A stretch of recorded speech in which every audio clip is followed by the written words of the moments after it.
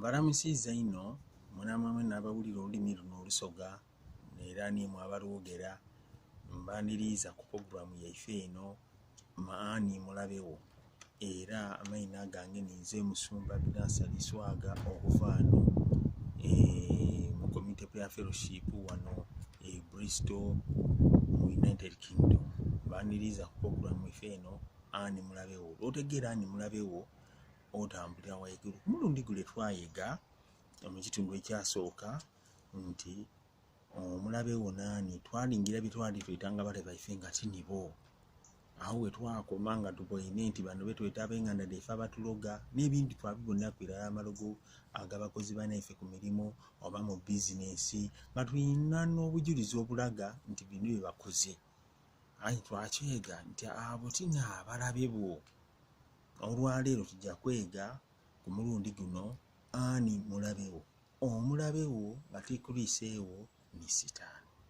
Sitaani n'Omulabewo abo bere oyitanga balabe bo nebikoola ku muti.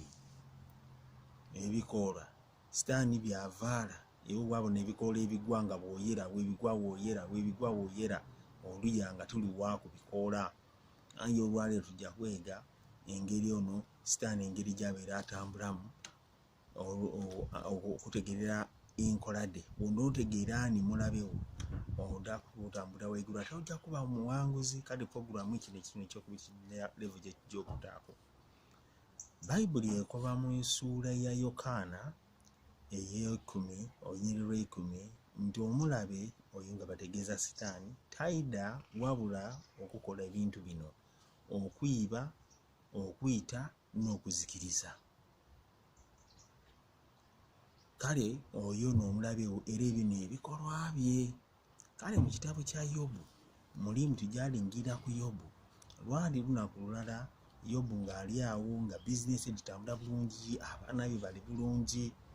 Lwaba lunaku lulala ng'ali awo omukozi we yayida amukoba nti mukama wange oli wano, aye nenda okutegeeza tubeere tuli kulunda ensolo eje ly'Abasaabyani liidye lyayiba lyanaga ensolo donadona lyayita abakozi banange ninze zenka awonyeewo. Banange bonabona babayise ensolo donadona baditwere ente, embuzi, endogoyi, bana babitwala ebisolo nze zenka asigairewo.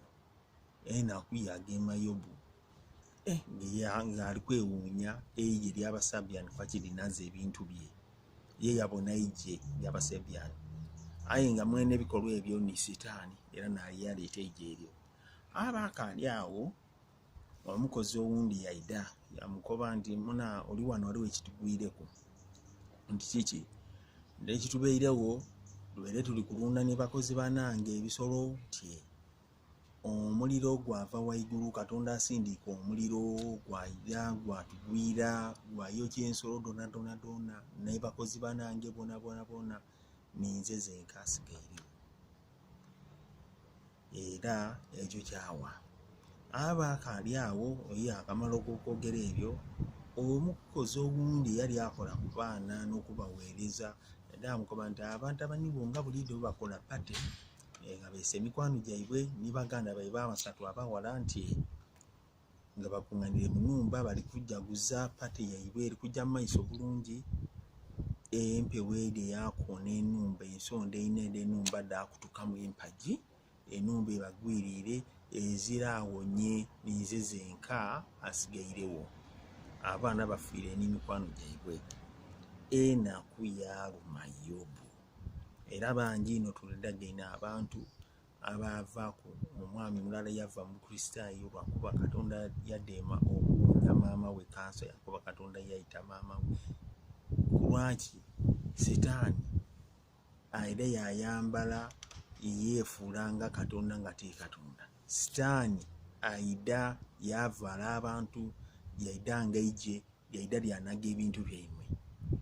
Yaida agema nga nti Bayibuli yakoba nti musabire abakulembeze baimwe. Kiki kwaki tubasabira? Sitaani adeeme bakozesa. Amaka gaife goonooneke sitaani akozesa ab'omumaka gaife n'abaana atyo. Kale nendo bategeeza olwaleero ntabe emmere mwetanga balabe emmwe dibeere giraavu oba obukookolo sitaani bwavaala yadde yabayiganya n'abandi mu makanisa gatabuka oli yakuba nti nabwena omusumba mu kirooto ng'ali bwereere batabuka kanisa yakutukamu nga sitaani n'aleese ekirooto ekyo ti katonda takozesa bubi okuwoninga ekisibo kye oba okuwoninga omusumba kale ebiina bya Binasali bikola bya sitaani kubona nti omuntu azikirira buli kalungi kakuveeku n'emirembe gikuweeku sitaani ate bwakola kale mu puroguramu eno olunaku olwaleero tweze nti sitaani n'abeenuma w'embeera aye bw'ogamaga n'embeera edo odda kulwanagana ne baganda bo baveewo abandi n'abalugu abandi beere babayiganya abandi bafiire bagwirewo aye era mulina abalugu abayakabaidye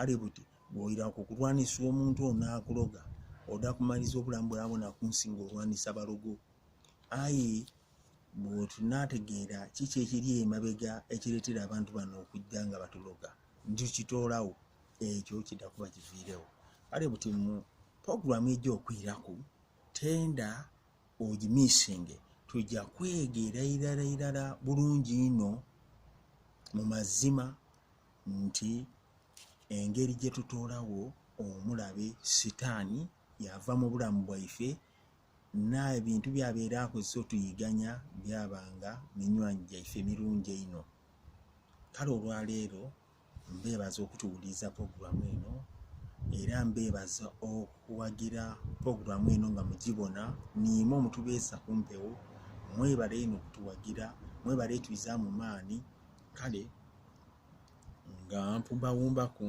nebaza kibumba abawa omukisa mu linnya lya Yesu Kristo era amayina agange nze omusumba Binasali Swaga okuva wano mu Community Prayer Fellowship e Bristol mu United Kingdom. Katonda abawa omukisa kana akatambi kaweereze ku nimulinwanaawo kaweereze ku mikwano gyo kaweereze abantu beege tujje nga twala wetunalwanisa sitaani tonatwena ekizikiza kidda kuvaawo sitaani nekizikiza wekinatuvaaku tonatwena tujja kuba nga tuli ba mugaso ndakuba mugaso gy'oli ate weena obe mugaso gyendi community yena ebe nga yezimba kale puroguramu egy'okwirako omulundi ogwokusatu ekitundu ekyokusatu kimiisinga engeri gye tutoolawo omulabe oyo sitaani. Thank you.